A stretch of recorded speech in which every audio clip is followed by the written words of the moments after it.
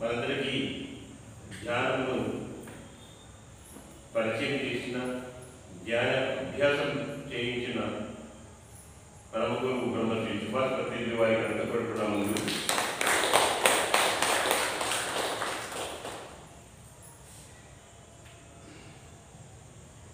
మనం ధ్యానం చేస్తూనే ఉన్నాం.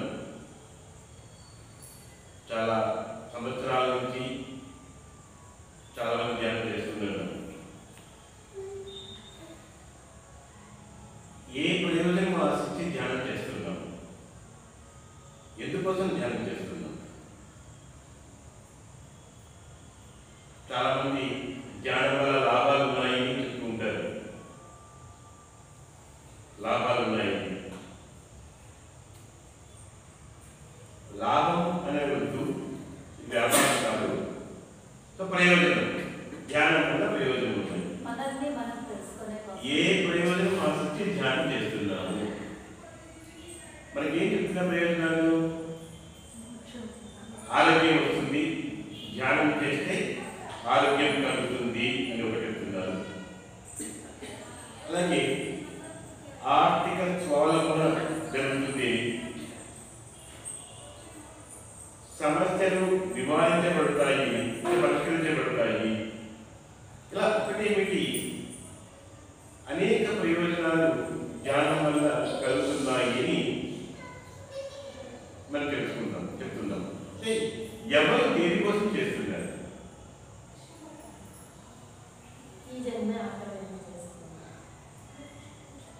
ఎవరు దేనికోసం? ఎవరో ఏదో ఆశించే కదా.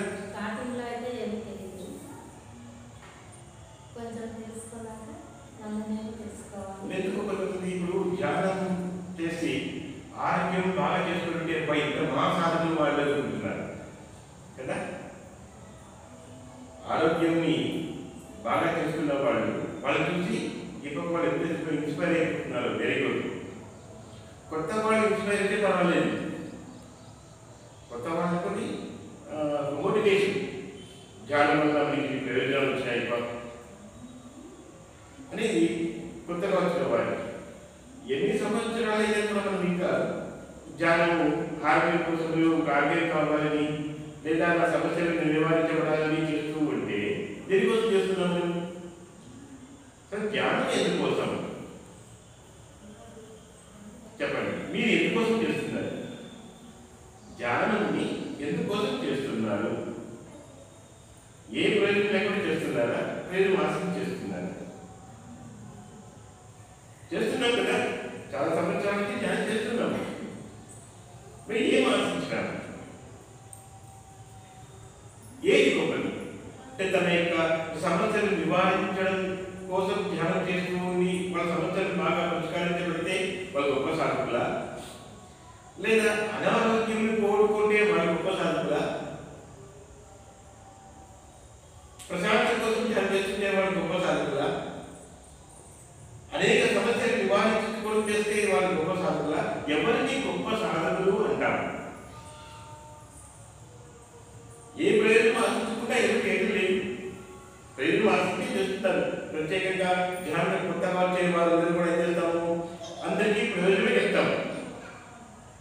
వాళ్ళు రావాలి కాబట్టి ధ్యానంలో నీకు ఏ ప్రయోజనం కాదంటే నాకేం లాభం ఉంటారు.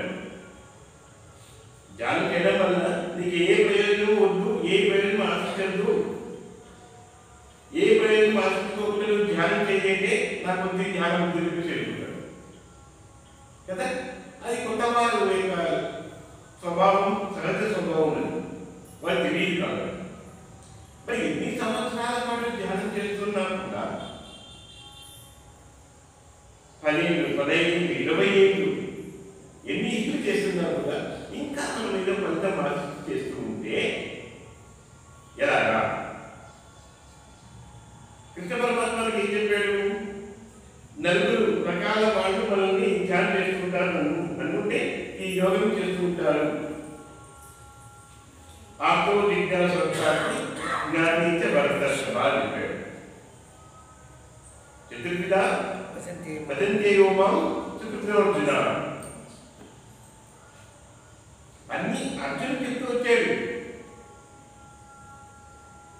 చాలా సందర్భాల్లో అర్జున అన్నాడు, కౌంతేయ అన్నాడు, విజయ అన్నాడు. అన్ని అర్జునుడిని ఎన్ని విధాలుగా సంబోధించారో అన్ని విధాలుగా సంబోధించేశాడు. నాలుగు రకాల జనులు నన్ను కొలుస్తూ ఉంటారు. ఆర్తో, జిజ్ఞాస, అర్థార్థి, జ్ఞాని, పరపక్షవ.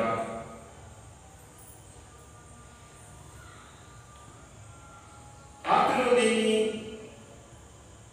అనేక సమస్యల్లో ఉన్నవాడు, అనారోగ్యంతో బాధపడుతున్నవాడు, నాకు ఈ ఆరోగ్యం ఉంటే నాకు ఇవి వీళ్ళని ఉంటాను, ఆర్తులు ఉంటారు. ఇక్కడ ఆర్తులు కాని వాళ్ళు ఉన్నారు. మీరు ఆర్తులుగా ఉన్నారా, అర్థార్థులుగా ఉన్నారా, జిజ్ఞాసుగా ఉన్నారా, జ్ఞానిగా ఉన్నారా? ఈ 4 రకాల వర్గాలలో మనం ఏ వర్గానికి చెందిన వాళ్ళు వింటాం చెప్పండి. జ్ఞాన మార్గంలో పయనిస్తుంది. కానీ మన ధ్యాన కేంద్రంలో జ్ఞానించే మనసభ దాన్ని చెప్తున్నాను. మనకి తెలియని పైకి చెప్పకపోయినా అందరూ ఎలా ఉన్నారు అంటే ఆర్తులుగానే ఉన్నారు. ఆర్తులుగానే ఉన్నారు. దీని సంవత్సరాలైనా నాకు ఈ సమస్య తిరిగిపోవాలి స్వామి, నా ఈ సమస్య తిరగడానికి ధ్యానం చేయడం. మనుషుల్లో అనుకోకపోయినా వాళ్ళ యొక్క భావం మాత్రం అదే. ఆర్తో అనారోగ్యంతో దీర్ఘకాలిక అనారోగ్యంతో బాధపడుతున్న వాళ్ళు తమ యొక్క ఆ అనారోగ్యాన్ని, ఆ బాధను, నొప్పిని కోరుకోవడం కోసమే ధ్యానం చేస్తూ దాన్నే బాగా ప్రచారం చేస్తున్నారు. మేము బాగా కోరుకున్నాం, మేము అన్ని విధాలుగా మేము కోరుకున్నాం, సంతోషం. కానీ అదే ఒక మహాసాధన కాదు, వాళ్ళు మహాసాధన కాదు. గుర్తుపెట్టుకోండి, సాధకులు అంటే సాధకులు, మధ్య సాధకులు, ఉత్తమ సాధకులు ఉన్నారు. సాధన చేసేవాళ్ళు ధ్యానంలో అనారోగ్యం పోగొట్టుకోవడం కోసమే ధ్యానం చేసి అనారోగ్యం పోగొట్టుకోవచ్చు. ఎటువంటి అనారోగ్యం ఉన్నా సరే దృఢ సంకల్పంతో, విశ్వాసంతో ధ్యానం చేస్తే తప్పనిసరిగా క్యాన్సర్ వంటి మహా ఐక్యమైన జబ్బులు కూడా నయమవుతాయి. అది మన ధ్యాన కేంద్రాల్లో ప్రూవ్ చేశారు. హార్ట్ పేషెంట్స్ కానీ ఒకటేమిటి అనేక రకాల అనారోగ్యం నుంచి బయటపడవచ్చు. అలాగే ఆరోగ్యం బాగా ఉంటుంది, కానీ ఆర్థికంగా చాలా బాధపడుతూ ఉంటారు. వ్యాపారంలో కలిసి రాక, వ్యాపారంలో నష్టాలు వస్తూ, వ్యాపారం సరిగ్గా జరగక, ఢిల్లీగా బండవాళ్ళు వేసింటారు, పెట్టుబడి పెట్టింటారు, వ్యాపారం జరగదు. ఎప్పుడోసారి ధ్యానం క్లాస్ వెళ్ళినప్పుడు చెప్తాను, ధ్యానం సమస్య పరిష్కారాన్ని అని చెప్పినప్పుడు, ఓ నాకు ఈ సమస్యలు ఉన్నాయి కాబట్టి నా ఈ సమస్యల నివారణ కోసం ధ్యానం చెప్పేసి సంకల్పం ఖచ్చితంగా వాళ్ళకు అత్యున్నతమైనటువంటి ఆర్థిక స్థితి రాకపోయినా వారి యొక్క సమస్యల నివారణ మాత్రం జరుగుతుంది. ఖచ్చితంగా జరగని ప్రసక్తే లేదు, జరుగుతుంది. ఆర్థికంగా వాళ్ళు అభివృద్ధి చెందుతారు. తర్వాత జిజ్ఞాస అర్థానికి జ్ఞానైతే వర్తమానం. జిజ్ఞాసుగా ఉన్న వాళ్ళు ఎంతమందున్నారు? కృష్ణ పరమాత్మ ఏం చెప్పాడు? 4 రకాల వర్గాలలో ఉన్నవాళ్ళు మొదటి 2 వర్గాలే ఎక్కువ ఉన్నారు. ఎవరు? ఆర్తులు, అర్థార్థులు. ఈ 2 వర్గాల వాళ్ళే ఎక్కువ మంది ఉన్నారు. ఆ తర్వాత జిజ్ఞాసులు కొద్దిమంది ఉన్నారు. జ్ఞానులు స్వల్పంగా ఉన్నారు. అతి స్వల్పంగా ఉన్నవారు జ్ఞానులు, కొద్దిగా ఉన్నవాడు జిజ్ఞాసులు, ఆటలు అర్థాలు కోపలుగా ఉన్నారు. మనం ఏ వర్గాలు చెందుతాము? అతి కొద్దిగా ఉన్న జ్ఞానంలో చేస్తామా, అంటే అతి స్వల్పంగా ఉన్న జ్ఞానవర్గంలో చూస్తామా, కొద్దిగా ఉన్న జిజ్ఞాసుల్లోకి వస్తామా, ఆటలు అర్థాలుగా ఉన్నామా? మనకి మనం గుర్తించుకోవాలి. కానీ అనేక సమస్యల నుంచి బయటపడ్డ వాళ్ళని మనకు ప్రేరేపణ తీసుకుంటాం.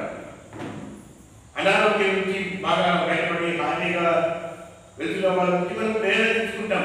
ఒకళ్ళు ఇంత సాధకులు బాగా చేశారు, నిజమే, వాళ్ళు గొప్ప సాధకులే, కారణం లేదు. కాకపోతే చివరికి మిగిలేది ఏముంది అంటే మరో జన్మ తప్ప. చివరికి మిగిలేదేది ఏమీ ఉండదు. సాధనా ఫలితాన్ని ఎప్పటికప్పుడు మనం ఖర్చు పెట్టేస్తూ ఉంటాము. అనారోగ్యం కోసం ఎక్కువ భాగము, ఆర్థిక పరిపుష్టి కోసం ఎక్కువ భాగము అంతా ఖర్చు పెట్టేస్తే ఏముంది? చివరికి మిగిలింది ఏముంది? ఏమీ లేదు, మరి జన్మ తప్ప. అది కృష్ణ పరమాత్మ చెప్పినాడు, నీకు ఏదైనా సమస్య వచ్చినా అనారోగ్యం వచ్చినా అనుభవించు. అవకాశం అయితే ఇచ్చాడు, నువ్వు అలా చేయొచ్చు, ఇలా చేయవచ్చు, నువ్వు ఏం కోరుకుంటే అది ఇస్తాను చెప్పినాడు. ఈ యోగా ధ్యానం చేసేటప్పుడు నువ్వు ఏం సంకల్పం చేస్తావో అది నీకు సంకల్పిస్తుంది అని చెప్పాడు, వాగ్దానం చేశాడు. నువ్వు ఆరోగ్యం కావాలని చేసి అనుకో, తప్పకుండా నీకు ఆరోగ్యం ఇస్తాను. ఆర్థిక సౌలభ్యం కావాలి, ఆర్థిక వృద్ధి కావాలి, వ్యాపారం బాగా జరగాలి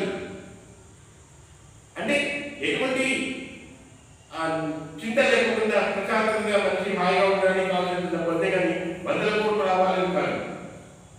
మధ్య మార్గంగా కావాల్సినటువంటి ఆర్థిక సౌలభ్యం నేను ఇస్తాను. అయితే నువ్వు సాధించినంతా కూడా నేను చేసుకుంటాను. నువ్వు యోగ సాధన చేయవాగా ఏం వచ్చింటుందో దాన్ని నేను తీసేసుకుంటాను. ఎందుకంటే ఒకటి పొందాలంటే ఒకటి వదులుకోవాలి. ఆరోగ్యం పొందాలి అయితే సాధనా ఫలితాన్ని వదులుకోవాలి. ఆర్థికంగా పొందాలి అయితే సాధనా ఫలితం వదులుకోవాలి. ఈ రెండు వర్గాల వాళ్ళు తాము ఇస్తే తప్ప అది పొందలేదు. అంటే తమ యొక్క సాధనా ఫలితాన్ని త్యాగం చేయాలి. లేదు నేను యోగం ఎంతసేపు ధ్యానం చేస్తానో ఆ ధ్యాన ఫలితం నా దగ్గర ఉండాలి అంటే కుదరదు. ఇస్తేనే పుచ్చుకుంటాం. గివ్ అండ్ టేక్ పాలసీ గుర్తుపెట్టుకోండి. యోగం అనేది ఎప్పుడు కూడా గివ్ అండ్ టేక్ పాలసీ. నువ్వు కొన్ని కోరుకున్నావంటే ఒకటి ఇవ్వాల్సిందే. ఏమి కోరలేదో నువ్వు నీ యొక్క సంపాదన అలాగే ఉంటుంది. జిజ్ఞాసు అంటే ఏమి? తను తెలుసుకోవాలి, తను ఎవరో తను తెలుసుకోవాలి, తన ధర్మం తెలుసుకోవాలి, తను ఎందుకోసం వచ్చాయని తెలుసుకోవాలి. ఇవన్నీ జిజ్ఞాసు యొక్క ఆ కోరికలు నెరవేరుతాయి. జిజ్ఞాసు యొక్క కోరికలు ఏంటిది? తన గత జన్మలు తెలుసుకోవాలి, తెలుసుకుంటాడు. ఎందుకోసం ఈ జన్మ తీసుకున్నాను అని ధ్యానం చేస్తే తెలుసుకుంటావు. సో అది తెలుసుకుంటావు. కాకపోతే నీ దాంట్లో నుంచి కట్ చేయబడుతుంది. నువ్వు సాధన చేసిన దాంట్లో నుంచి కటింగ్స్ ఉంటాయి అన్నమాట. గుర్తుపెట్టుకోండి. చాలా మంది ఏం చేస్తారంటే ఇలా కటింగ్ అయినా పర్వాలంటే అక్కడ కటింగ్ అవుతుందని తెలియదు. మేము ఎంతో అనారోగ్యం నుంచి మేము బయటపడ్డామని చెప్పేసి దాన్ని గొప్ప సాధకంగా భావించి అందరికీ చెప్తూ పోతారు. నా జ్ఞానం వల్ల ఇంత బాగా ఆలోచిస్తున్నాను, ఇంత గొప్పగా అయ్యాను, నా యొక్క అనేక అనారోగ్యాన్ని కోరుకున్నాన్ని గొప్పగా ప్రచారం వస్తారు. నిజమే. కాకపోతే వాళ్ళలో ఎంత కోత పడిందో చూడటం లేదు. దేహానికి పడవలసిన కోతలు పడకుండా ఉంటాయి, కానీ నీ యొక్క ఆ సాధన యొక్క ఫలితానికి కోతలు మాత్రం జరుగుతాయి. ఎప్పుడు కోతలు జరుగుతూ ఉంటాయో ఎప్పుడు ఫిలప్ కావాలి కనుక జిజ్ఞాసులు కూడా నేను తెలుసుకోవాలి అని వారు ఆడకపోతే అప్పుడు పోతే ఉండదు. దైవం అంటే ఏంటి, దైవం ఎక్కడ ఉంటాడు, దైవం గురించి తెలుసుకోవాలి, దేవుడు ఎప్పుడు ఉంటాడు, దేవుడు అంటే ఎవరు, ఈ జన్మ అంటే ఏంటి, మరణించిన తర్వాత మనిషి ఏమైతాడు, ఇలాంటివన్నీ జిజ్ఞాసులే. ఇలాంటి అనేక ప్రశ్నలు మన మనసులో వస్తాయి కదా. ఇవన్నీ అతను ఏమంటాము, జిజ్ఞాసు అంటాడు. ఈ రెండు వారు కావాలంటే అది చాలా లేదు. అతను ఆరోగ్యం కోరలేదు, ధనము కోరలేదు. ఏం కోరాడు, మరణించిన తర్వాత మనిషి ఏమైతాడు, జీవుడు ఏమైతాడు.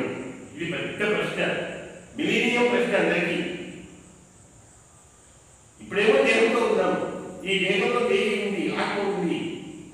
ఇది వెళ్ళిపోతేనే ఈ దేహం పడిపోతుంది, మరి ఈ ఆత్మ ఎక్కడికి పోతుంది, ప్రాణం వెళ్ళిపోతుంది, అది ఆత్మ ఎక్కడికి పోతుంది, మరణానంతర జీవనం ఎలా ఉంటుంది, ఇవన్నీ కూడా తెలుసుకోవాలని కోరిక ఉంటుంది. అది జిజ్ఞాసు కోరిక కాదు, జిజ్ఞాస. తెలుసుకుంటారు. సుదీర్ఘమైన ధ్యానం చేస్తూ ఉంటే తప్పనిసరిగా మీ ఈ జన్మ యొక్క కారణం తెలుసుకుంటారు. మరి ఇన్ని సంవత్సరాల నుంచి 20 ఏళ్ళ నుంచి ధ్యానం కాకపోతున్నాము, 22 ఏళ్ళ నుంచి ధ్యానం కాకపోతున్నాము, ఇన్ని ఏళ్ళ నుంచి జిజ్ఞాసులే ఉన్నారా? తెలుసుకున్నారా మీరు గత జన్మని? మరి ఈ జన్మ కారణం ఏమో తెలుసుకున్నారా? తెలుసుకోవాలి కోరిక ఎందుకుదా అంటే ఇంకా జిజ్ఞాసుగా ఉన్నారు అంటే జ్ఞానం కాలేదు. జ్ఞాని కావడానికి అర్హత ఏమైంది, జిజ్ఞాసు. జ్ఞాని కావడానికి అర్హత ఏంటి అంటే జిజ్ఞాసు. జిజ్ఞాసుగా ఉన్నవాడు జ్ఞాని అవుతాడు. ఎప్పుడు జ్ఞాని అవుతాడు, తన యొక్క ఆ జిజ్ఞాస అనేది ఎంతకాలం కచేతులు జిజ్ఞాసుగా ఉంటే కొంతకాలం ధ్యానం చేసిన తర్వాత నా గత జన్మలేంటో తెలుసుకోవాలన్న ఆ కోరిక కూడా చంపేసేయాలి. నా ఈ జన్మ కాలం ఏంటో దాన్ని వదిలిపెట్టాలి. అయితే జన్మ తీసుకున్నా అయిపోయింది, ఏ కాలం తీసుకున్నా అనవసరం. ఎప్పుడైతే యోగంలోకి వచ్చినావో మొదటిలో జిజ్ఞాసుగా ఉంటాము. జ్ఞానం రాబోతున్న వినంగా ఎన్నో సత్సంగాలు వినంగా ఇంకా ఈ జన్మ కాలం కూడా అవసరము. మనదంటూ ఏమీ లేకుండా ఉండడమే నీదంటూ ఏమైతే ఒక సాధన, అది కూడా త్యాగం చేస్తారు. మీ స్వార్థం కోసం కాదు, గుర్తుపెట్టుకోండి. విస్తృత అనే ప్రపంచంలో ఉన్న సాధన సంపత్తి అంతా కూడా ఉంటేనే ఆ జన్మ లాభించబడినది. అంటే మళ్ళీ జన్మ లేకుండా ఉంటామని వస్తుంది. కనుక ధ్యానం వల్ల అనేక ప్రయోజనాలు ఉన్నాయి. ఏ ప్రయోజనం ఆలోచించి ధ్యానం చేస్తామో అన్ని ప్రయోజనాలు నెరవేరుతాయి.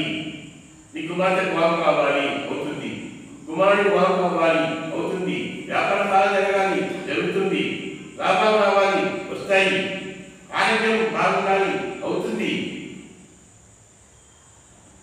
అయితే ఏ రోజు కావాలో ఖర్చు చేస్తాము. దీని ఫలితంగా మళ్ళీ జన్మ తీసుకుంటాం. అంటే మళ్ళీ ఏమీ లేదు కాబట్టి నీకంటే బ్యాలెన్స్ ఏమీ లేదు. కర్మ బ్యాలెన్స్ ఉంచుకొని పరిపక్వం చేసుకునే ఆ సాధన ఫలితాన్ని ఆ బ్యాలెన్స్ పెట్టుకోవు. అనేక జన్మలో చేసిన అనేక కర్మల యొక్క బ్యాలెన్స్ ని ఒక్కొక్కరు తీసుకుంటూ పోవడానికి ధ్యానం. ఇది అసలైన యోగం. కృష్ణ పరమాత్మ భగవద్గీతలో బోధించే యోగం ఏంటంటే ఎవరు ఏది ఆశిస్తారో దాన్ని వాళ్ళకి అందిస్తాను, కానీ అర్జున నువ్వు జ్ఞానిగా ఉండు అని చెప్తాడు. తాపసిగా వద్దు, కర్మ చేసేవాడిగా వద్దు. మామూలుగా జ్ఞానం ఆత్మజ్ఞానం కాకుండా పుస్తక జ్ఞానం, పండిత జ్ఞానం అది కాదు.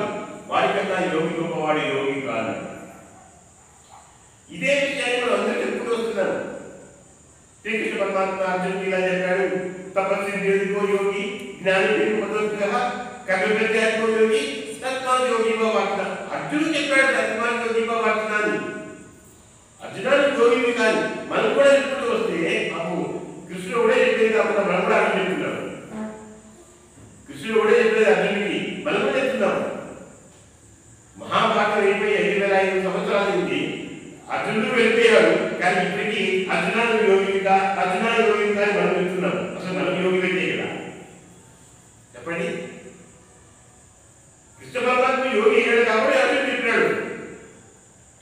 శ్రీకృష్ణ పరమాత్మ తాను యోగులకే యోగి, తాను అర్థం సంపాదించాడు చెప్పడానికి.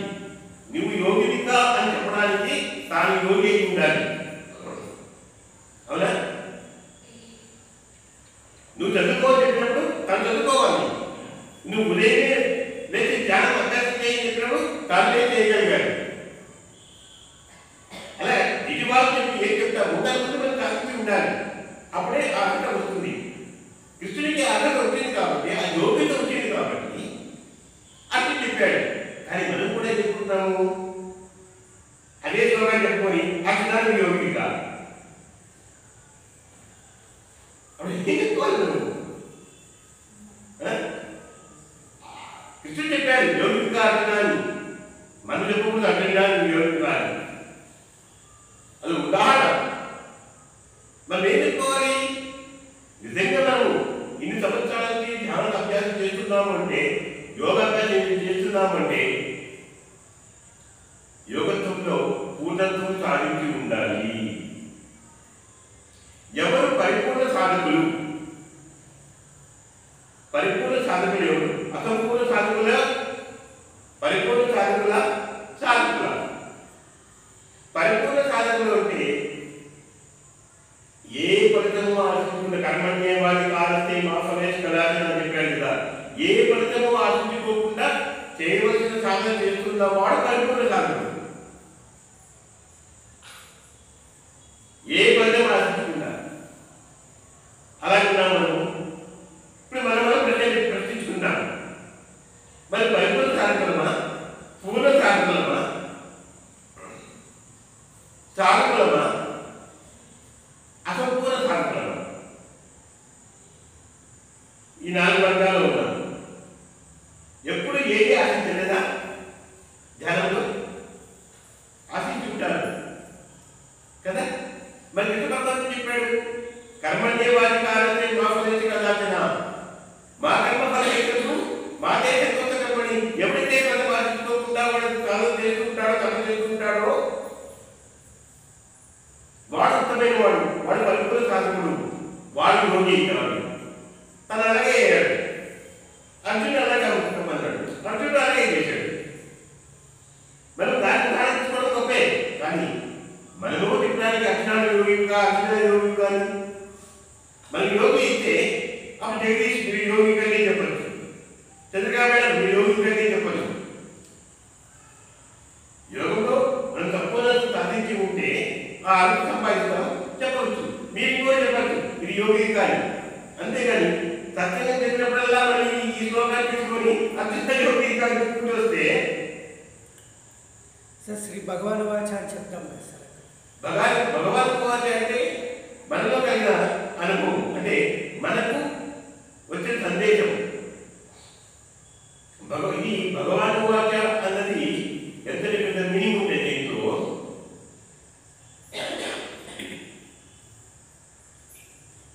తను యోగసాధన చేస్తున్నప్పుడు అశరీరవాణి అంటారు. అశరీరవాణి, శరీరం ఉండదు, దేహం ఉండదు.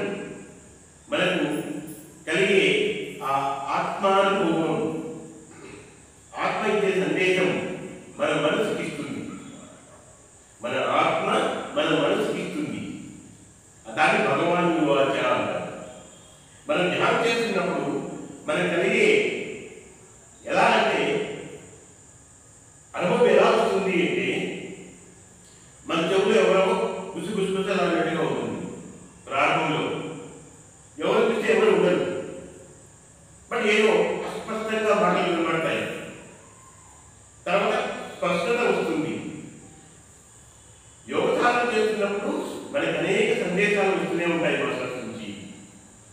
మన గురువు నుంచి, మన కంటి కర్మ నుంచి, పూర్ణాత్మ నుంచి మనకు అనేక సందేశాలు వస్తుంటాయి. ఏంటి? ఆత్మజ్ఞాన సందేశాలు వస్తుంటాయి. గైడ్ చేస్తుంటారు, వాళ్ళు గైడ్ చేస్తారు. నేను కూర్చొని మిమ్మల్ని గైడ్ చేయలేదు కదా.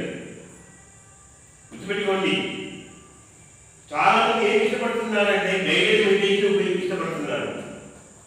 మనలో కూడా చాలా మంది ఉన్నారు. తొమ్మిది రవి సార్ గైడ్ చేయలేదు, నేను నిరంతరం గైడ్ చేస్తున్నాను మిమ్మల్ని, మీరు గుర్తించలేదు. మిమ్మల్ని నిరంతరం నేను గైడ్ చేస్తూనే ఉన్నాను. మీరు అర్థం చూస్తే కదా యోగ పద్ధతి సర్వత్రా సమర్థమై పద్ధతి. నాలుగు మీరు చూస్తే నేను చూస్తాను. నేను గైడ్ చేస్తున్నాను, అది మీరు గుర్తించడం లేదు. మీరేం కోరుకుంటున్నారు? భౌతికమైన గైడెన్స్ కోరుకుంటున్నారు. మిమ్మల్ని ధ్యానంలో కూర్చోబెట్టి కళ్ళు మూసుకోండి, ఇలా ఊహించుకోండి, ఇలాంటి సంకల్పం చేసుకోండి, ఇది మీరు కోరుకుంటున్నారు. ఒకరిద్దరు లేకపోయినా చాలా మంది అదే కోరుకుంటున్నారు. రవి గారు గైడెడ్ మెడిటేషన్ వద్దంటాడు, సంకల్పం ధ్యానం వద్దంటాడు. నాకు అదే బాగుంది, హాయిగా ఉంటుంది. ఏమిటి అటువంటి వచ్చి ఎవరు పెడుతుంది? ఆనంద అటువంటి వచ్చి మీకు పెడుతుంటే ఎలా ఉంటుంది? బాగా ఉంటుంది. మిమ్మల్ని కూర్చోబెట్టి అనేక రకాలుగా మిమ్మల్ని గైడ్ చేస్తుంటారు. అలా చోటికి వెళ్ళండి, అలా దీనికి వెళ్ళండి, అలా లోకానికి వెళ్ళండి. నేను ఎలా చెప్తుంటే మీరు నా మాటలు వింటారు తప్ప, నా మాటలు విని మీ మనసుని అర్థానికి పంపిస్తారు తప్ప మీరు వెళ్ళరు. గుర్తుపెట్టుకోండి, నా మాటలు వింటూ మీ మనసుని, నా మాటలకు అనుగుణంగా మీ మనసుని పంపిస్తూ వస్తారు. మీరు వెళ్ళరు. అదేంటి సార్, మీ మనసు వెళ్తుంది కానీ మీరు వెళ్ళరు. ఆత్మ ఎప్పుడు స్థిరంగా ఉంటుంది. గుర్తుపెట్టుకోండి, ఆత్మ బయటికి పోదు. ఆత్మ బయటికి పోదు. ఒక్కసారి జన్మ తీసుకున్నప్పుడు ఒక్కసారి ఒకరికి ఎదురవుతుంది, బాడీ వివేకించినప్పుడు వెళ్ళిపోతుంది. ఆత్మ బయటకు తిరగదు. మాట మాటిస్తే బయటకు తిరగదు. చాలా మంది తెలియకోకుండా ఆత్మ బయట అది ఎప్పుడు స్థిరంగా ఉంటుంది. అది ఎప్పుడు స్థిరంగానే ఉంటుంది. దేవాలయంలో మూల విరాట్ స్థిరంగా ఉంటాడు. మూల విరాట్ తిరుగుతాడా? దాని ప్రాణ ప్రతిష్ఠ చేసి ఫిక్స్ చేయించాడు. మూల విరాట్ నరసంచారం చేస్తుందా? చెయ్యదు. మరి ఏం చేస్తుంది నరసంచారం? గుర్తువికారం చేస్తూ ఉంటుంది. చాలా మంది చెప్తున్నారు, మీరు ధ్యానంలో కూర్చుంటే మీ ఆత్మ బయటికి పోతుంది. ఆత్మ బయటికి పోతే ఏం చేస్తాడు? అది పోదు. ఏం పోతుంది మరి? సూక్ష్మ శరీరం పోతుంది. సూక్ష్మ శరీరం కూడా ఒక పని వేరే ఉంది. మనిషికి ఉన్న శరీరాలలో స్థూల శరీరము, సూక్ష్మ శరీరము, కాళ శరీరము, మహాకాళ శరీరము, ఈ నాలుగు తెలుసుకున్నాము. స్థూల శరీరం కూర్చోబెడతాము. సూక్ష్మ శరీరం అంటే ఏమిటి? ఇది చాలా మందికి తెలియని పెద్ద ప్రశ్న. చాలా మంది అపోహపడుతూ ఉంటారు. మనలో ఉన్న అపాన వాయువు సూక్ష్మ శరీరంగా రూపాంతరం చెందుతుంది. ప్రాణ అపానం ఇవి రెండు చాలా ప్రధానమైనవి. మన అపాన వాయువు సూక్ష్మ శరీరంగా రూపాంతరం చెందుతుంది. చాలా మంది చెప్తారు సూక్ష్మ శరీరం ఆత్మయే సూక్ష్మ శరీరం అనుకుంటున్నారు. ఆత్మయే సూక్ష్మ శరీరం అనుకుంటున్నారు. ఆత్మ సూక్ష్మమైందే. ఆత్మ సూక్ష్మమైంది. అది ఎప్పుడు కూడా పోతు స్థిరంగా ఉంటుంది. అలాగా సూర్యుడు స్థిరంగా ఉంటే తన చుట్టూ గ్రహాలు తిరుగుతాయి. సూర్యుడు తిరుగుతాడా? మన భ్రమ అంతే. సూర్యుడు తూర్పున ఉదయించి పశ్చిమాన అస్తమిస్తాడు. ఆయన అక్కడి నుంచి వస్తాడు. మరి ఉదయం అక్కడ ఆయన ఉదయించి పొద్దున్నే ఉదయించి సాయంత్రానికి మిగిలిపోతే మళ్ళీ పొద్దున ఉదయించాలని రావు కదా. అంటే రాత్రి ఎక్కాల్సిందే కదా. చెప్పండి, తూర్పున ఉదయించాలి ఉదయించాలి, తన పక్షమాన అస్తమించాలి. మరుసటి రోజు మళ్ళీ ఎక్కడ ఉదయించాలి అంటే రాకపోయినప్పుడు పనికి వస్తారండి. చెప్పండి, ఇంకే పని లేదు. మరి పగలంతా ప్రయాణం చేయడం, రాత్రి ప్రయాణం చేయండి, ఇదే పని లేదు. కనుక ఆత్మసూర్యుడు ఎప్పుడు స్థిరంగా ఉంటాడు. మన సూర్యుడే ఆత్మ. ఈ ఆత్మ చుట్టూ ఉన్న అనేక గ్రహాలు చెప్పాను. 9 గ్రహాలు ఎక్కడున్నాయో చెప్పాను. ఏవేవి గ్రహాలు ఏవో చెప్పాను. చెప్పలేదా ఏమున్నాయో? ఇవన్నీ అనేక గ్రహాలు చుట్టూ చూస్తూ ఉంటాయి అన్నమాట. సూర్యుడికి అంతర్ధానంగా ఉంది మన జిజ్ఞాసు అంటే జ్ఞానం అనేది బృహస్పతి. ఎప్పుడు మనం బృహస్పతిగా మారాలి. కానీ గ్రహాలుగానే ఉన్నాం, ఇంకా తీసుకుంటున్నాం. అనేక జన్మల పాటు తీసుకుంటే ఉన్నాం. ఏంటి వింటున్నాము, ధ్యానం చేస్తున్నాము, కానీ బృహస్పతిగా కావడం లేదు. బృహస్పతిగా తిరుగుతోంది, సూర్యుడికి తిరుగుతోంది. బృహస్పతి అంటే గురువు, సూర్యుడికి తిరుగుతున్నాడు అంటే జ్ఞాన సముపాదన చేస్తూ ఉంటాడు. తిరిగి అందరికీ ఇక్కడే ఉంటాడు. సూర్యునికి తీసుకునే ఎనర్జీని దాన్ని రెట్టింపు చేసి వాళ్ళందరికీ చేస్తున్నాడు. ఏం చెప్పాడు? నువ్వు బృహస్పతిగా ఉండాలని చెప్పాడు. ఉంటే బృహస్పతిగా ఉండాలి. బృహస్పతిగా ఉన్నవాడు జ్ఞానం సంపాదిస్తాడు, మళ్ళీ అందరికీ ఇస్తాడు. మిగతా వాళ్ళు తాము తీసుకుంటారు, ఎవరికి ఇవ్వరు. మిగతా అన్ని గ్రహాలు ఏవి, శుక్రుడు కావచ్చు, బుధుడు కావచ్చు, కుజుడు కావచ్చు, మిగతా అందరూ కూడా ఏం చేస్తారు? తాము తీసుకుని తనే ఖర్చు చేసుకుంటారు. కనుక జిజ్ఞాసుగా ఉన్నవాడు జ్ఞాని అవుతాడు. జ్ఞానిగా ఉన్నవాడు ఎవరు? ఆత్మసూర్యుడు. జ్ఞానిగా ఉన్నవాడు ఆత్మసూర్యుడు. ఇది గుర్తుపెట్టుకోండి. మిమ్మల్ని అన్ని కూర్చోబెట్టి నేను ధ్యానంలో చాలాసార్లు చెప్పాను, కానీ అందరికి అదే ఇష్టపడుతున్నారు. ఎంత హాయిగా ఉంటుంది తెలుసా? ఇలా కూర్చొని నేను మిమ్మల్ని గైడ్ చేస్తూ ఉంటే పలాతోటి వెళ్ళండి, అది ఏంటి, ఇలా వెళ్ళండి, వాళ్ళు అడగండి, మనుషులు అడగండి, మీకు నదులు కనబడతాయి, సముద్రాలు కనబడతాయి, గుహల్లో పుడతారు మీరు. కలర్ఫుల్ ఇగా ఉంటుంది, అనేక అందమైన రంగులు కనబడతాయి అంటే మీకు కనబడుతుంది. నేను ఏం చెప్తానో మీరు చూస్తారు. నేనేం చెప్తున్నాను నోటి చేయబోతే మీ మనసు అది చూపిస్తుంది. అంటే మనసు ఒక కళ్ళు ఉన్నాయి, ఆ మనోచక్షువు మీకు అది చూపిస్తూ ఉంటుంది. అంటే మిమ్మల్ని మీరు మోసం చేసుకుంటారు. నన్ను నాలాంటి వాళ్ళని ఎలా చెప్పానంటే ఇది గైడెడ్ చేసుకుంటూ పోతే మిమ్మల్ని నేను మోసం చేసిన వాడే కాదు, ద్రోహం చేసిన వాడే కాదు. కనుక ధ్యానంలో కూర్చున్నంతసేపు గైడ్ చేస్తుంటూ పోతే మీరు ఎప్పుడు ధ్యానం చేస్తారు? ఓ గంట సేపు కూర్చోబెట్టాను, గంట సేపు నేను బాగుతూనే ఉంటాను అనుకోండి. అప్పుడు మీ కాన్సన్ట్రేషన్ దేని మీద ఉంటుంది? నా యొక్క మాటల మీదే ఉంటుంది. మీ యొక్క కాన్సన్ట్రేషన్, మీ మనసంతా నా మాటలు సాధిస్తే చెప్తాడు. మిమ్మల్ని కంటిన్యూగా చెప్తూ ఉన్నాను అనుకోండి, నా మాట ప్రకారం వెళ్తూనే ఉంటాను. స్టాప్ అంటే సాధిస్తాను. దాన్ని అదొక పెద్ద శాస్త్రంగా పరిగణించి, అదొక పెద్ద శాస్త్రం అనుకుని వాళ్ళ పెద్ద శాస్త్రజ్ఞులుగా ఉన్నారు. అది కృష్ణ పరమాత్మ చెప్పలేదు. భగవద్గీత చదవండి, ఒక్కసారి చెప్తాను ఇలా చేయి అంతే, మళ్ళీ మళ్ళీ చెప్పను అర్జున అని చెప్పాడు. ఎప్పుడు భగవద్గీత పొందించినప్పుడే చెప్పాడు, కానీ మళ్ళీ రిక్వెస్ట్ చేసుకోవడం వల్ల మరొకసారి చెప్పాడు. ఇదే ఇంక మళ్ళీ అనుకున్నాను. ఎందుకు? ఆ యుద్ధ సమయంలో అంతగా శ్రద్ధ పెట్టలేకపోయినాడేమో. మరొకసారి పునశ్చరణ కావాలి మహానుభావా పరమాత్మ, నాకు మళ్ళీ ఒక్కసారి దయచేసి నాకు కనీసం నాకు మళ్ళీ బోధించండి అన్నప్పుడు మరింత లోతుగా ఉత్తర గీత బోధిస్తాడు. మరి ఆయన చెప్పాడు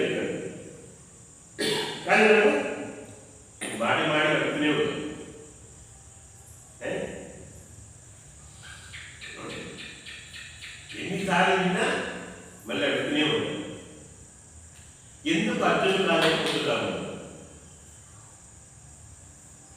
పత్రిజీ గారు మా ఇంటికి వచ్చేటప్పుడు ఏంటా ఏంటి ప్రశ్నలు ఉన్నాయి?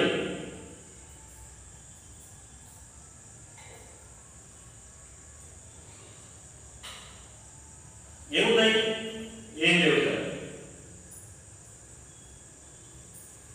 అడగండి, ఏమడుగుతావు? ఏం లేదు. మొదట్లో అడిగినాం, అది కూడా ఒకటి సార్లు. ఏదైనా విశేషాలంటే ఒకవేళ విశేషాలంటే కారణం విశేషాలు ఏంటి? ఆధ్యాత్మికంగా నువ్వు ఎంత అభివృద్ధి చెందినావు, అంతేగాని తన బాబులో అలవాటు మీరు తెలియజేస్తున్నాడు, మీ విద్యకు వచ్చింది అవంటే అవి కాదు. పద్ధతి గారు అడిగే విశేషాలు అవి కాదు. ఆధ్యాత్మికంగా నువ్వు ఎంత అభివృద్ధి చెందినావు, ఏ కొత్త విషయం ఏం తెలుసుకున్నావు ఆధ్యాత్మికంగా. సాధన చేసేవాడు, యోగ సాధన చేసేవాడు నిత్య యవ్వనంగా ఉంటాడు. దేహపరంగా కాదు,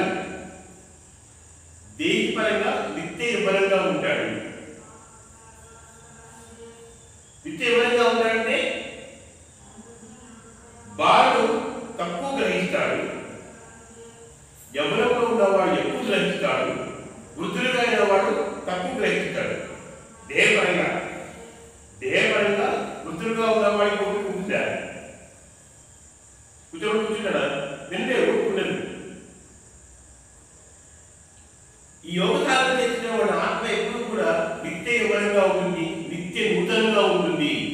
ఎంత విషయం తింటూనే ఉంటాడు, అంటే అజ్ఞానం తింటూనే ఉంటాడు, మరింత పెంచుకుంటూ ఉంటాడు. కనుక ప్రతి గారు ఏదే విశేషాలు అన్నప్పుడు మనము స్పిరిచువల్ ఇన్ఫర్మేషన్ ఇవ్వాలి, కానీ ఫిజికల్ ఇన్ఫర్మేషన్ ఇస్తే ఒక మీ స్థాయి అంతే ఉంది. ప్రతి గారు అది కొనుక్కోలేదు. ఎప్పుడైతే మీరు గమనించారా, అందరికీ స్థాయి వేస్తాడు. ఇంకేదే విశేషాలు మనం ఏ విషయం చెప్పాలి? సాధనలో ఎంత పుణ్యం కొంచెం సంపాదించున్నారు, కొద్ది రోజులకి అనుభవాలు వెంట వెళ్ళకండి. ఎవరైనా అనుభవం చెప్పారనుకోండి, వెరీ గ్రేట్ గ్రేట్ సంతోషిస్తాను, వాళ్ళని అప్రిషియేట్ చేస్తాను. అంతేగాని అయ్యో నా అనుభవం రాలేదే అని చింతించకండి. అనుభవం అన్నది సాధనకు కొలబద్ద కాదు.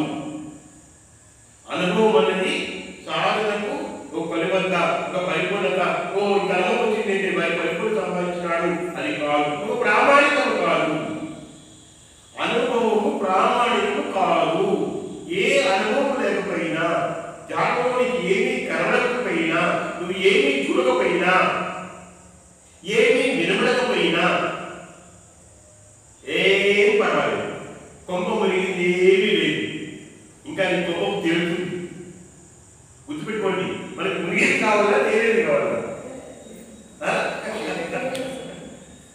ఏంటి చాలా మంది ఏమంటారు, కొంప మునిగితేనే వాడు గొప్ప అనుకుంటాడు. అనుభవం కోరుకున్నాం అనేది గొప్ప కొలేదండి. వాడు మహానుభవం సంపాదించాడు, మహానుభావ, ఇదే మహానుభావుడే. ఎంత మహానుభావుడైతే వాడు అంత మునిగిపోయినాడు. ఎంత మహానుభావుడైతే అంత మునిగిపోయినాడు. మనం మునడానికి రాలేదు, చేరడానికి వచ్చాము. అవునా? మునగడం ఏంటి? మళ్ళీ సంసార సాగంలో మునిగిపోతాం. నువ్వు అనుభవం కోరుకున్నావు అంటే మళ్ళీ నువ్వు నష్టం తీసుకుంటావు.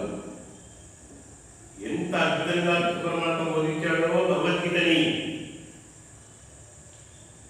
మళ్ళీ మళ్ళీ మళ్ళీ మళ్ళీ చదవండి, ఏం అక్కర్లేదు. అనేక ఉత్పన్న బృందాలు ఉన్నాయని ఎందుకు నాకు అర్థం కాదు. ఈ యూట్యూబ్లో చూస్తున్నాను మన వాళ్ళందరూ కూడా ఏంటి ఫారిన్లనే పట్టుకొచ్చి ఇంటి మీదకో చెప్తున్నారు. ఆస్కా సందేశం ఇంకోటి ఎన్నిటికీ వస్తున్నాయి. అవన్నీ ఎందుకు? ఈ ఇక్కడ నీ ఇంట్లో నెమ్మదిగా ఉంది. పంచపంచ ప్రమాణాలు నీకు వండి పెట్టారు మహర్షులు. అది ఎందుకు ఓపెన్ చేయరు? అది ఎందుకు చదవరు? ఎవరో ఏదో ఇతర గ్రంథాలు ఏదో పట్టుకొచ్చి అది జ్ఞానమే కాంటలేదు. కానీ పరిపూర్ణత లేనివి నేను బాగా వింటున్నాను, అవన్నీ వింటున్నాను, ఇక్కడ కామెంట్ చేయడం లేదు. పరిపూర్ణత లేని జ్ఞానమే సంపాదించుకొని అవి ప్రచారం చేసుకుంటూ పోతున్నారు. మన ఉపనిషత్తు చదవండి, ఒక్కటి చాలు, మీరు పరిపూర్ణ ధ్యానులు అయిపోతారు, పరిపూర్ణ యోగులు అయిపోతారు. ఒక్కటి చాలు. అన్ని ఉపనిషత్తులు అవసరం లేదు. 200 ఉపనిషత్తులు ఉన్నాయి. భగవద్గీత ఒకటి చాలు, అందులో ఒక్క శ్లోకమే చాలు. గుర్తుపెట్టుకోండి, భగవద్గీతలో మొత్తం అన్ని అవసరం లేదు. 18 అధ్యాయాలు అవసరం లేదు, 18 యోగాలు అవసరం లేదు, ఒక్క యోగం. అందులో ఒక్క యోగం అన్ని శ్లోకాలు అవసరం లేదు, ఒక్క శ్లోకం చాలు. ఒక్క శ్లోకం నాకు వద్దు చాలు. ఒక్క స్టాంజ అంటే ఒక పాదం, 4 పాదంలో ఒక పాదం చాలు. కర్మణ్యే వారికాలంటే మా సందేశాలు చాలు. అదొక్కటి చాలు. పరిపూర్ణ యోగి వేస్తాం, పరిపూర్ణ సాధన వేస్తాం. యోగ పద్ధతి సర్వత్రా ప్రపంచమే పద్ధతి. యోగ చాలు. ఎవడైతే అందరిలోనూ నన్ను చూస్తారో అదొక చాలు. అంటే యోగం పద్ధతి, ఎవడైతే మా నన్ను పద్ధతి చూస్తారో, ఇక్కడ సర్వత్రా ప్రపంచమై పద్ధతి, అందరిలోనూ వాడు నన్ను చూస్తారో చాలు. ఒకటే చాలు, మిగతా అవసరమే లేదు. మిగతా అయితే మాయకే చేసేది. హనుమంతుడు అంటాడు, 32,000 సంగీతం పాడి నాకు అన్ని వద్దయ్యా, అన్ని నువ్వే తీసుకో, అన్ని నువ్వే తీసుకో, అన్ని నువ్వే దాచుకో. నేను ఏమంటే ఏం కావాలంటాడు? అన్ని నువ్వే దాచుకో, ఒక్కటి చాలు అనుకుంటాడు. ఏంటి? నాలో ఉన్నామని చెప్తాడు. అంతర్యామిని ఇదొక చాలు. అంతర్యామిని, నువ్వు అంతర్యామిని, ఇదొక చాలు. కట్టేవని నువ్వు తీసుకో, చదువుకోండి. అలాగే భగవద్గీతలో అన్నింటినీ తీసుకోండి. ఆయన చెప్పారు, ఇక్కడ మీకు పట్టుకోవడం చాలు. కనుక మైడియర్ మాస్టర్ అర్థం చేసుకోండి. మీకు గైడెడ్ మెడిటేషన్ కావాలని మీకు అదే ఇస్తాను. ప్రతి ఆదివారం మిమ్మల్ని గైడ్ చేస్తూ ఎన్నో లోకాలకు తీసుకెళ్తాడు. షూర్, మీరు ఎప్పుడు సందర్శించని లోకాలకు తీసుకెళ్తాడు. భూలోకంలో కూర్చోబెడతాను, మరి ఈ జాగ్రత్తలో కూర్చోబెట్టి మిమ్మల్ని అనేకమైన లోకాలకు తీసుకెళ్తాను. అది కావాలంటే అలాగే ఇస్తాను, లేదా సంకల్ప జ్ఞానం చేయించాలంటే అదే ఇస్తాను. ఇంతకాలం ఎప్పుడు వీళ్ళ సంకల్పం చూపిస్తాను. కొన్ని లక్షల సంకల్పాలు వింటారు, కోట్ల మంది జనాభా ఉన్నారు, ఒక్కొక్క సంకల్పం ఉంటుంది. అవునా? మరి ఇంతకు ముందు ఎవరు ఎప్పుడు ఎక్కడా పెట్టిన సంకల్పం మీద పెట్టించి దాన్ని చేపిస్తాను. ఓకేనా? మీరు ఓకే అంటే నెక్స్ట్ స్టార్ట్ చేద్దాం. మీరు అందరూ ఒప్పుకున్నారంటే అది చేద్దాం. మాకు సంకల్పం వద్దు, మా గైడ్ అవసరం లేదు. మనల్ని ధ్యానంలో మనల్ని గైడ్ చేసేది. మీరు ధ్యానంలో మీరు లోపలికి వెళ్తే మీ లోపలికి మీరు వెళ్ళడానికి నేనే గైడ్ చేసేది. ఒక్కసారి చెప్పడం చాలు. కృష్ణ పరమాత్మ అర్జునుడు ఒక్కసారి చెప్పాడు. ప్రతి గురువు ప్రతి శిష్యునికి ఒక్కసారి చెప్పాడు, ఈ సాధన చేయి. అంతేకాని శివుడు వెళ్తూ తన గురువు రాడు. కానీ అదే మీరు ఏమైతుందో పెద్ద మాయాలోకం కూర్చున్నాం. కానీ ఇదే కాదు, మాయాలోకమే కాదు. కూర్చోబెట్టి ఇద్దరిని గైడ్ చేస్తుంటే అదే నాకు కావాలని కోరుకుంటున్నారు ఈ జనం. ఎంతని మిమ్మల్ని మళ్ళీ మళ్ళీ జన్మలో పంపించడం అవుతుంది గైడెడ్లో చేస్తూ వస్తే. నా మాటలే వింటారు, సాధన చేసిన కాదు, నా మాటలే వింటారు. సంకల్పం వద్దని చెప్పిన మహానుభావుడికి సంకల్పెట్టి చేసుకుంటే ఎలాగా? సంకల్ప రహితం కావాలా, సంకల్ప సహితం కావాలా? జిజ్ఞాసుగా ఉంటారా, జ్ఞానిగా ఉంటారా, ఆత్మగా ఉంటారా, అర్థాత్మగా ఉంటారా? ఆత్మలు అర్థాత్మలే ఈ సంకల్పాలు పెట్టిన వాళ్ళు కూడా. వాళ్ళకి తెలియకోకుండా అర్థాత్మలే, వాళ్ళకి తెలియకోకుండా ఆత్మ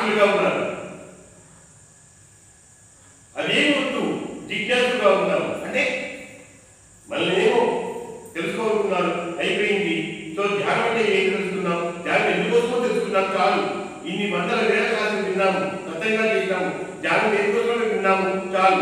జిజ్ఞాసలో కాదు, జ్ఞానిగా బ్రతాము, జ్ఞానిగా తస్తాము, జ్ఞానిగానే ఉందాము. అంతేగాని ఇంకెంతకాలంగా ఉన్నాము? సంపాదించింది కూడబెట్టుకోండి, సంపాదించింది దాచుకోండి. దాచుకోండి. ఏం సంపాదన? సాధారణ సంపాదన దాచుకోండి. ఈ సంపాదన దీన్ని పాతేయము అంటారు. పాతేయము. పాతేయము అంటే ఈ పాత బాగా చూపిస్తుంది. పాతేయము మనిషి మరణించిన తర్వాత ఆ ఆత్మకు దారి చూపుతుంది. నువ్వు ఎక్కడికి వెళ్ళాలి? తన లోకానికి ఏదైనా దారి చూపిస్తుంది, ఉన్నతమైన లోకానికి. పాతేయము అంటే మన యొక్క దారి ఖర్చుల కోసం ఉపయోగపడుతుంది.